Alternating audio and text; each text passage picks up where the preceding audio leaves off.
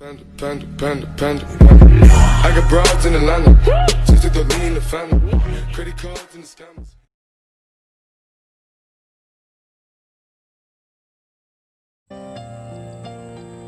कुछ खास था उसमें, जो लहलाती ठंड में भी उसके बदन तपती धूप की तरह चल रहे थे। मैं उसका पुराना दीवाना कई हफ्तों से इंतज़ार में लिपटा उसकी राह देख रहा था।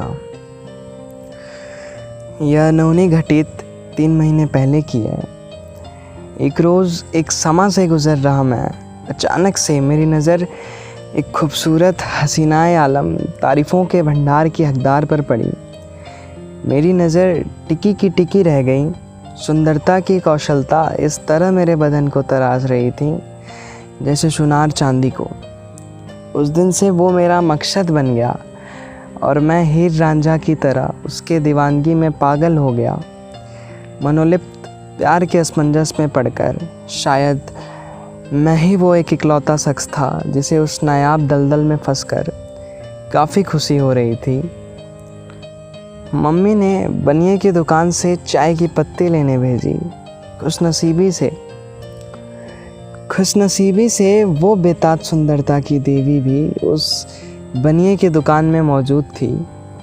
मेरा गिरा हुआ चेहरा इस कदर गुलाब की तरह खिलखिला उठा हो जैसे मानो एक छोटा बच्चा खिलौने पाकर। मेरी निगाहें थिरथिरा के काँप रही थीं उसके बेनिशान छरकते बदन को देखकर, और बस मन यही कह रहा था कि जा उससे बातें कर। पर मेरा दिल जो उसे देखकर डर के मारे मुंह फेर रहा था, यही मेरी हिम्मत तोड़ रही थी। मैं चाय की पत्ती लेकर घर आ गया। अफसोस से घिरा मंजर मुझे गहराइयों तक ले जा रही थी, पर मैं ठहरा हार ना मानने वाला लड़का। आज नहीं तो कभी ना कभी बात तो होती, लेकिन ज़रूर होती। कुछ तो खास था उसमें जो मुझे चुंबक की तरह उसकी सुंदरता की तरफ आकर्षित कर लिया।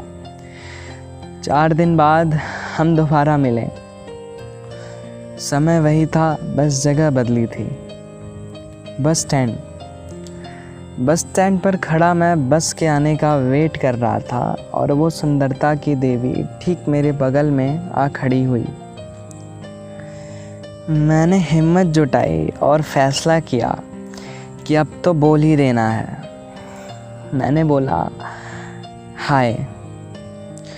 फिर उसने शर्माते हुए लहजे में जवाब दिया हेलो। मैं बड़ा खुश हुआ। उसके बाद सोचा क्या बोलूं मैं, जो लड़की फ़िदा हो जाए।